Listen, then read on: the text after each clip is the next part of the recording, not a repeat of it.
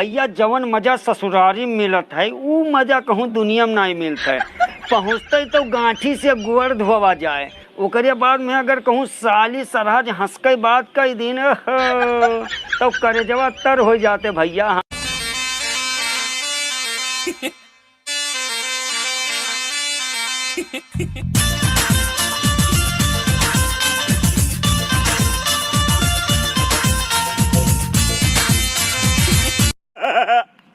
Corona बीमारी तोहरी बहन महतारी पाए लागी।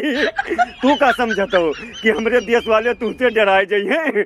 अरे ऐसे खतरनाक बीमारी पहले से हमरे देश में मौजूद है। कुछ ना